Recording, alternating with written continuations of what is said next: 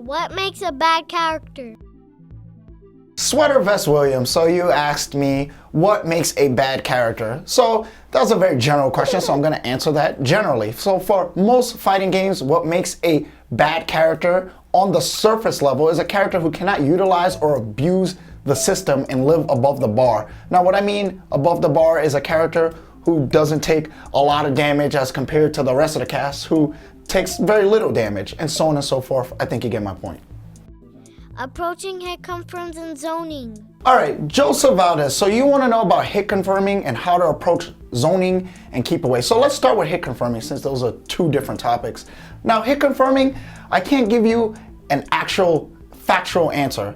I can only tell you that it's based on your reactions and things that you can react to. So generally find moves that you can react to and hit confirm off of and you're comfortable with. You can only do that in training mode and through the heat of battle. So get a lot of casuals in and practice. As far as zoning goes, you want to check what your team has to offer in terms of screen control. What I mean screen control is where can you make your opponent be at any given time. So if your opponent's zoning you and you have a highly offensive based team, you want to make sure that your offense is worth it when you get in. Why? Because if he gets out, you have to do it all over again. So look into those things.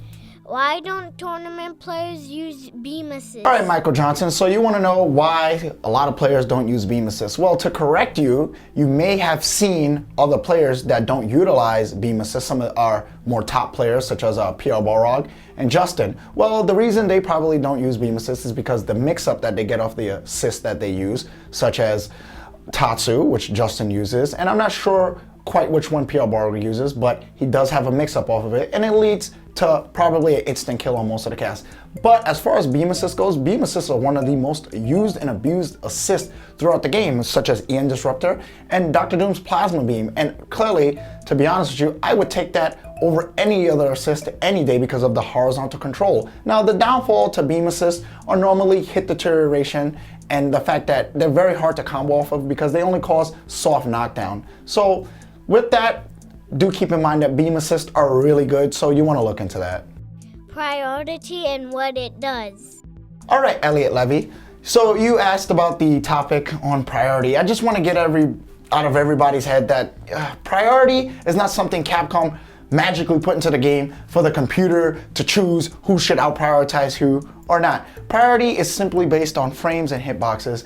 To actually learn more on that, even after I answer your question, please refer to our Ultimate Marvel's Capcom 3 Guides 1 and 2. That'll explain frame data and hitboxes for you guys a little more in depth. But to answer your question, if Wesker goes up against Zero and they both perform their crouching Bs, now both crouching Bs are 8 frames, Zero is more likely to win. Why? Because when Zero performs his 8-frame crouching B, he retracts his hurt box and he is less vulnerable to be hit, as whereas Wesker is, because when he does his crouching B, his hurt box remains stationary as to where he is, and he can be hit and he's more likely not to trade with Zero. So that's priority as how you see it, but priority is not magic, okay? So keep that in mind. Could you elaborate on ground bounces? All right, John129, you should give yourself actually a lot of credit. You answered your own question, but if you want me to elaborate on it, in my opinion, I do believe Capcom put different ground bounces in the game for balance issues.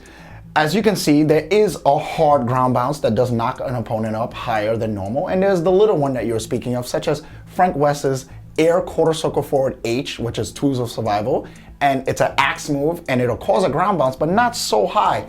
Why did they do that? Because probably they didn't want Frank West going into a long extended combo and then getting this big ground bounce where he could do anything from it. He could reset you. Just think about the possibilities he could do with that. Now, as far as the third ground bounce you were talking about, that's the only thing you were a little off about. If you can only OTG your opponent off of a knockdown, that is a hard knockdown. That does not belong in a ground bounce definition or area or glossary terms or whatever that may be. So you answer your own question, give yourself a lot of credit, and that's that. Why can't I OTG in time?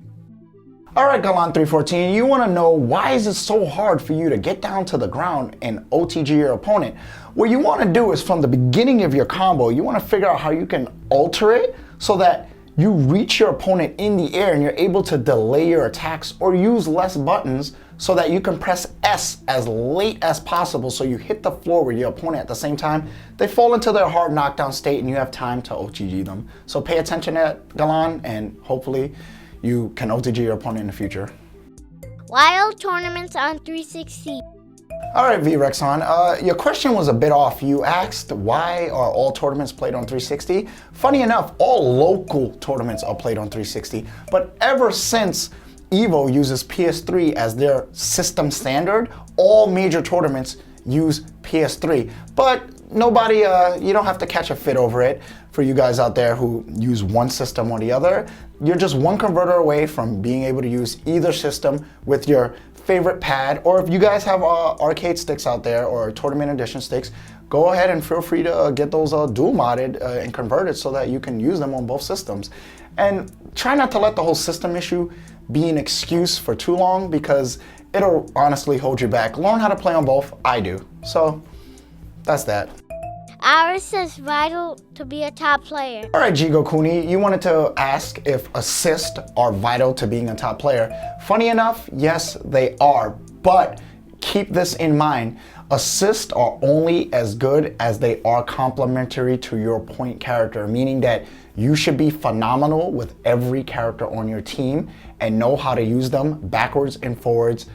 Being you have Dr. Strange on point, Rocket Raccoon is the assist. You know how to use the pendulum assist with Dr. Strange, and vice versa. When Dr. Strange comes in, you can use Rocket Raccoon on point as if you never had Dr. Strange on point to begin with.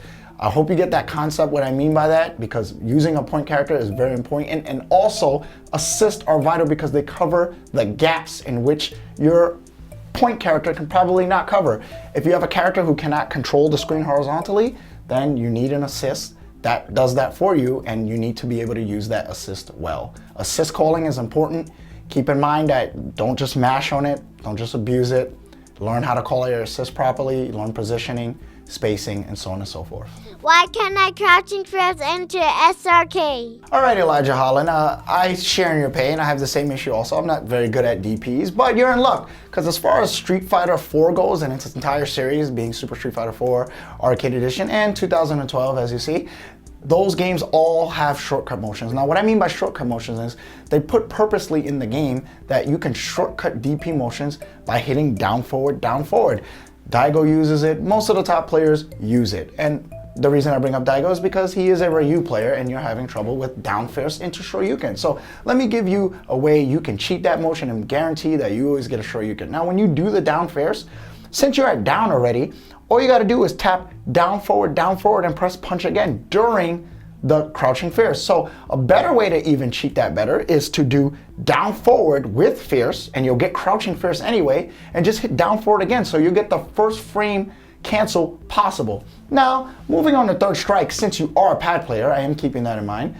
Third strike, I'm sorry, but I can't give you any crutches here, Elijah. What will happen in third strike is you need to perform the DP the correct way and the way it was meant to do. That is forward, down, down, forward. Now, you said you're having trouble doing low forward into Shoryuken in third strike. Now, what happens here is you're probably trying to hit confirm the Shoryuken and you're losing out on the frames in which you can cancel the low forward from. So what I suggest you do is during the low forward, already be pressing forward, down, down, forward, but you don't have to exactly commit to pressing a button until you've confirmed that your low forward has hit. And that's it, actually as simple as it gets. So keep that in mind. You should already be buffering motions when you're doing an attack anyway, because if you're throwing the low forward out there and you're planning to go into a SRK, which is a Shoryuken, you're probably planning to do it already. So you might as well be buffering the moving.